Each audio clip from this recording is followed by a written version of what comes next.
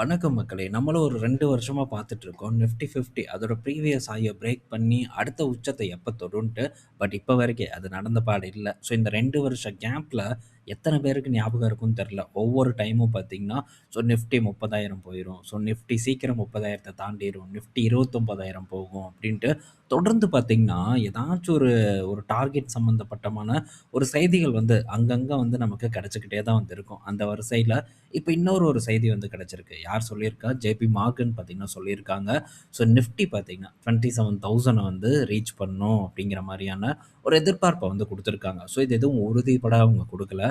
3 முக்கியமான விஷயங்கள ஷேர் பண்ணியிருக்காங்க. 3 லெவல்ஸ பார்த்தீங்கன்னா அவங்க குடுத்துருக்காங்க. ஃபர்ஸ்ட்டு இப்ப இருக்கிற மாரியான நிலைமை அப்படியே இருந்ததுன்னா, நிஃப்டி 50 27,000 ரீச் பண்ணும்னு சொல்றாங்க. இல்ல ஒரு புல் கேஸ் சினாரியோ ஏற்படுது அப்படின்னா, நிஃப்டி 50 30,000 தொடும் அப்படிங்கிறாங்க. அப்படியும் இல்லையா, பேர் கேஸ் சினாரியோ ஏதாச்சும் இருக்கு அப்படின்னா, நிஃப்டி 50 20,000 வரைக்கும் போகும் அப்படின்ட்டு.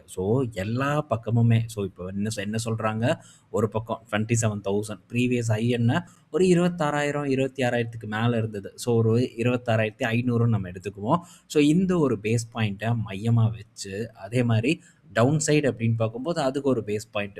எல்லாமே பார்த்தீங்கன்னா, ஒரு எது நடந்தாலும் ஓகே நான் சொல்லட்டேன்ப்பா அப்படிங்கிற மாரியான ஒரு விஷயத்த வந்து காட்டுறாங்க.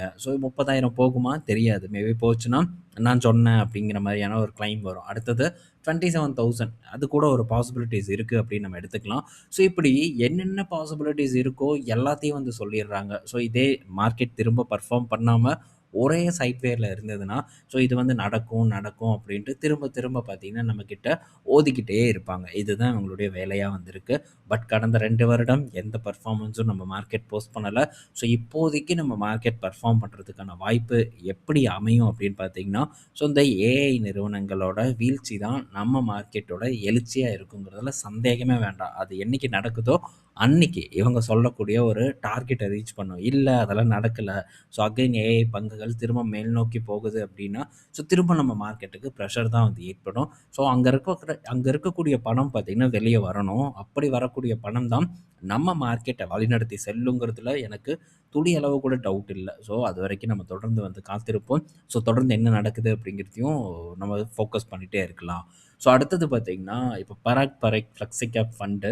இதில என்ன ஒரு அப்டேட் வந்திருக்குன்னா, என்னென்ன இடத்துல வாங்கியிருக்காங்க அப்படிங்கிற ஒரு டேட்டா வந்து குடுத்துருக்காங்க. இதில அவங்களுடைய ஐடி எக்ஸ்போஷர் தொடர்ந்து பார்த்தீங்கன்னா, உயர்ந்துட்டே தான் இருக்கு. இந்த வருடம் ஃபுல்லா ஐடில வந்து அவங்க பணத்த போட்டுட்டு இருக்காங்க. இதுக்கு முன்னாடியும் எல்லாரும் தயங்குனப்ப கூட ஐடில அவங்க பொசிஷன் பில்ட் பண்றதுக்கு ஸ்டார்ட் பண்ணிட்டாங்க. அப்படி பார்க்கும்போது, இப்போ நடந்து முடிஞ்ச நாட்கள் வர அந்த பிபிஎஃப்ஏஎஸோட அ எக்ஸ்போஷர் எந்த இடத்துல அதிகமா பங்குகள வாங்கியிருக்காங்கன்னு பார்த்தா, அது ஐடி செக்டாரா இருக்கு. அதே மாரி சில இடத்துல விக்கவும் செஞ்சிருக்காங்க. அது என்ன இடம் அப்படிங்கிறதெல்லாம் நம்ம இப்ப பார்ப்போம்.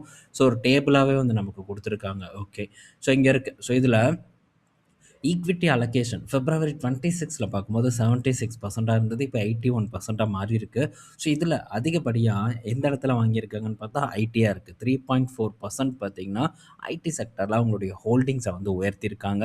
அடுத்தது பார்த்தீங்கன்னா, எஃப்எம்சிஜி 0.7%. எஃப்எம்சிஜிக்கு என்ன வெயிட்டேஜ் குடுக்குறாங்கன்னு பாருங்க. ரொம்ப கம்மி. ஐடிக்கு குடுத்த வெயிட்டேஜ்ல பாதி தான் பார்த்தீங்கன்னா, எஃப்எம்சிஜிக்கு இருக்கு. பட் ரொம்ப முக்கியமான ஒண்ணு, அதில மாற்று கருத்து இல்ல. ஏன்னா இந்த செக்டார் இப்ப பாதிக்கப்பட்டிருக்கு. எப்ப வேணா இதுலயும் அவங்களுடைய வெயிட்டேஜ உயர்த்துவதற்கான வாய்ப்பு இருக்கு. எனக்கு தெரிஞ்சு விரைவில் உயர்த்துவாங்க அப்படின்னு நான் நினைக்கிறேன்.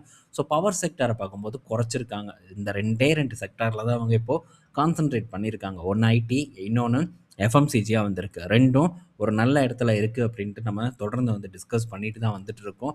அதே தான் பார்த்தீங்கன்னா, ஒரு புகழ்பெற்ற மியூச்சுவல் ஃபண்ட்ஸும் வந்து பண்ணிட்டு இருக்காங்க. நெக்ஸ்ட் பவர் செக்டார்ல குறைச்சிருக்காங்க. பவர் செக்டார்ல பார்த்தீங்கன்னா, நான் எந்த விதமான ஒரு சேஞ்சஸும் வந்து பண்ணல.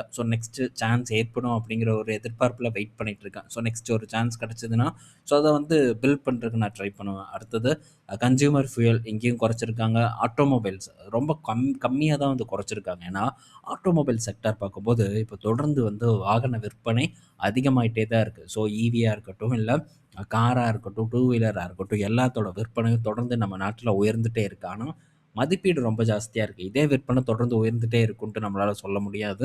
இன்கேஸ் என்னைக்காச்சும் ஒரு ஸ்லோ டவுன் ஏற்படுது அப்படின்னா, அப்போ இந்த ஆட்டோமொபைல் செக்டார் கொஞ்சம் பாதிப்படையறதுக்கான வாய்ப்பு இருக்கு. இப்போதைக்கு ஆட்டோமொபைல் செக்டார்ல ஏதாவது சில குறிப்பிட்ட இடத்துல வாய்ப்பு வரும் அப்படின்ட்டு நான் வெயிட் பண்ணிட்டுருக்கேன். ஆனா, ஏற்படுமா அப்படின்ட்டுலாம் தெரில. பட் வெயிட் பண்ணிட்டுருக்கேன். இன்கேஸ் வந்து ஏற்பட்டதுன்னா நல்லது. ஆனா எல்லா பக்கமுமே சான்ஸ் இருக்கா ஆட்டோமொபைல்ல அப்படின்னு பார்த்தா கண்டிப்பா வந்து கிடையாதுங்கிறத நம்ம புரிஞ்சுக்கணும். ஸோ நெக்ஸ்ட் வங்கி பங்குகள். ஸோ வங்கி பங்குகள் பொறுத்தவரைக்கும் எனக்கு இப்போ ஒரு பெஸ்ட் சான்ஸ் அப்படின்னு பார்த்தா அது HDFC பேங்க் தான். மத்தபடி வேற எங்கேயும் இல்ல. ஸோ எங்கேயும் எந்த விதமான சேஞ்சஸும் பண்ணாம இருக்காங்க வங்கி பங்குகள பொறுத்தவரைக்கி. அதுவும் இந்த மிட் சைஸ் வங்கி பங்குகள் எல்லாம் கன்னா பின்னான்னு ஏறிட்டு இருக்கு. ஆனா நீங்க போய் பாருங்க லார்ஜ் கேப்ல பெரிய ஒரு வளர்ச்சியே இல்ல. பங்கு விலை ஏறவே மாட்டேங்குது. ஸோ இது ஒரு கன்சர்னா நான் பார்க்குறேன். எதுக்கு இப்ப அந்த மிட் சைஸ் வங்கி பங்குகள மட்டும் ஏத்தணும்? ஏன் அவங்க ப்ராஃபிட்ட டபுள் பண்ணிட்டாங்களா? ஸோ இல்ல ரொம்ப அபரிமிதமான ஒரு வளர்ச்சிய குடுத்துருக்காங்களான்னு பார்த்தா, அதெல்லாம் ஒண்ணும்லாம் பெருசாலாம் இல்ல. பட் இருந்தாலும் ஸோ இந்த இடத்துல ஒரு வளர்ச்சி ஏற்பட்டுட்டு இருக்கு. ஸோ மார்க்கெட் என்ன நம்புதுன்னா, ஸோ இந்த சின்ன ஒரு மிட் சைஸ் வங்கி பங்குகள் ஒரு பெரிய ஒரு வளர்ச்சிய குடுத்து, ஸோ ஒரு பெரிய ஒரு சைஸுக்கு மாறும் அப்படிங்கிற ஒரு எதிர்பார்ப்ப வச்சிருக்காங்க. பட் அதெல்லாம் வந்து நடக்காது. ஸோ இப்போதைக்கு பங்குச் சந்தையில பங்கு விலை ஏறுது.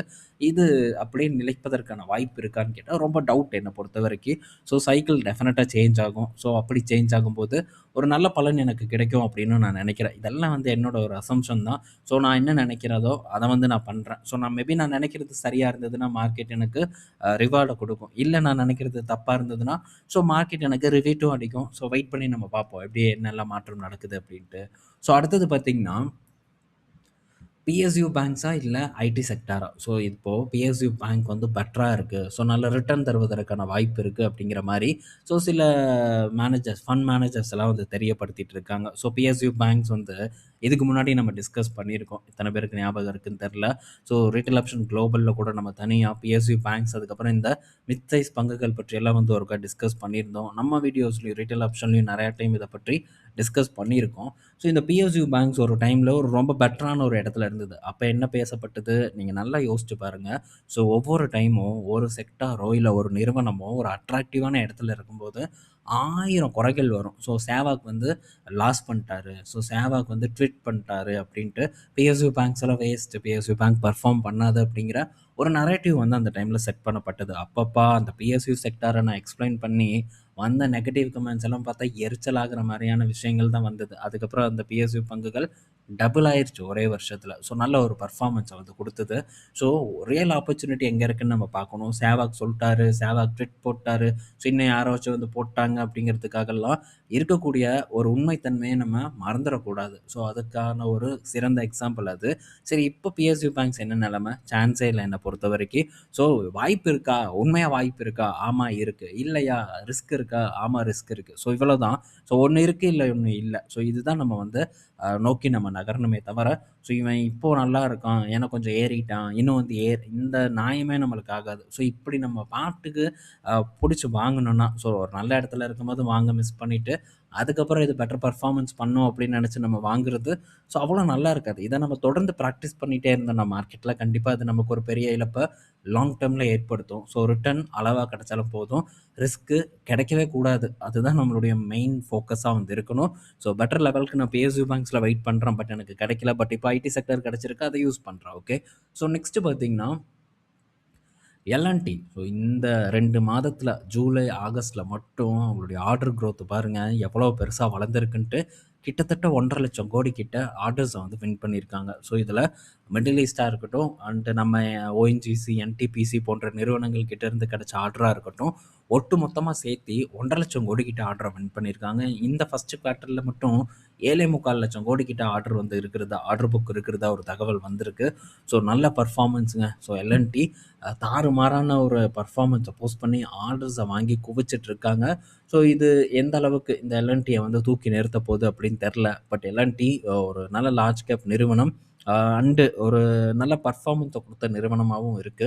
ஸோ இந்த மிடில் ஈஸ்ட் பஞ்சாயத்த பெருசா வந்து இம்பாக்ட் பண்ணல அப்படின்னு தான் நம்ம சொல்லணும். ஸோ ஃபர்தரா இது ஏறுதா என்னன்ட்டுலாம் பார்ப்போம். பட் பெட்டர் லெவல் வந்ததுன்னா அந்த டைம்ல நம்ம யோசிக்காம, மத்தவங்க மாரி யோசிக்காம, ஸோ நல்ல முடிவு எடுக்கிறதுக்கு இந்த மாரி செய்திகள் நமக்கு உதவிகரமா இருக்கும்னு நான் நினைக்கிறேன். அடுத்தது ஸோ இந்த அமாகி மீடியா லேப் இந்த அமாகி மீடியா லேப்ல பார்த்தீங்கன்னா, ஒரு பெரிய ஒரு செல்லிங் நடந்திருக்கு. ஸோ இந்த எஃப்ஐஎஸ் தான் வந்து வித்திருக்காங்க. மொத்தம் 3 என்டிட்டீஸ் வந்து வித்திருக்கிறதா ஒரு தகவல் வந்து கிடைச்சிருக்கு. ஸோ இதில இந்த அக்ஸலும் பார்த்தீங்கன்னா இருக்கிறதா ஒரு செய்தி இப்போ வந்து நமக்கு கிடைச்சிருக்கு. ஸோ இந்த அமாகி லேப் ஒரு நல்ல பெர்ஃபார்மன்ஸ பண்ணிட்டுருக்கு. ஸோ அதில சந்தேகம் இல்ல. லாஸ்ட் வந்து ஒரு மார்ச்லேருந்து இப்போ வரைக்கும் மட்டும் பார்க்கும்போது டபுள் த ரிட்டர்ன குடுத்துருக்கு. மார்ச் மாசத்துலேருந்து அண்ட் இப்போ. ஸோ ஒரு 4, 5 மாசத்துல பெட்டர் ரிட்டர்ன டெலிவர் பண்ண ஒரு நிறுவனமா இந்த நிறுவனம் வந்து இருக்கு. பட் இந்த டைம்ல கரெக்ட்டா பார்த்தீங்கன்னா, எக்ஸிட் பண்ணிட்டு போறாங்க. 587 கோடி மதிப்பிலான பங்குகள விக்கிறாங்க. இந்த எஃப்ஐஎஸ் அப்படிங்கிறத ஒரு இ இன் இ இந்த இன்வெஸ்ட்மென்ட் ஃபிர்ம்ஸ் வந்து செல் பண்றாங்கங்கிறத நம்ம இந்த இடத்துல வந்து புரிஞ்சுக்கலாம். ஸோ இதுலயும் கொஞ்சம் இன்ட்ரெஸ்ட் எல்லாம் இருக்கு. பட் இது வந்து நீங்க செக் பண்ணி பார்த்து நல்லா ரிசர்ச் பண்ணி பார்த்துட்டு அதுக்கப்புறமா டிசிஷன் எடுத்துக்கோங்க. ஸோ இதெல்லாம் நமக்கு வந்து அந்த அளவுக்கு சூட்டபிளா இல்லாத ஒரு நிறுவனமா தான் என் கண்ணுக்கு வந்து படுது. ஸோ எப்படி பெர்ஃபார்ம் பண்ணுதுன்னு பார்ப்போம். நம்ம ஏதாவது செய்தி வந்ததுன்னா கண்டிப்பா அத உங்க கூட நான் ஷேர் பண்றேன். ஓகே. ஸோ இந்த வீடியோல நம்ம பல இன்ஃபர்மேஷன் பார்த்துருப்போம். பயனுள்ளதா இருக்கும்னு நான் நினைக்கிறேன். ஈவினிங் நம்ம இன்னொரு வீடியோல மீட் பண்ணுவோம். பாய் மக்களே.